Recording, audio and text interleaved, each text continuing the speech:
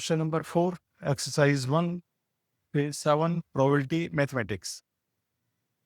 Given that probability of some event A is 0.3, probability of another event is 0.2, find probability of B upon A. If A and B are mutually exclusive events. So this concept you have done in the 11th class, which are mutually exclusive events, which cannot happen together. That means for mutually exclusive events, probability of A intersection B will 0. They cannot happen together. Probability of A intersection B will be 0. So probability of happening of B upon A will be how much? Probability of A intersection B upon probability of A. So this will be 0. So 0 will be the answer. They are impossible. That means these events, when A has happened, B cannot happen because together they cannot happen. So thank you.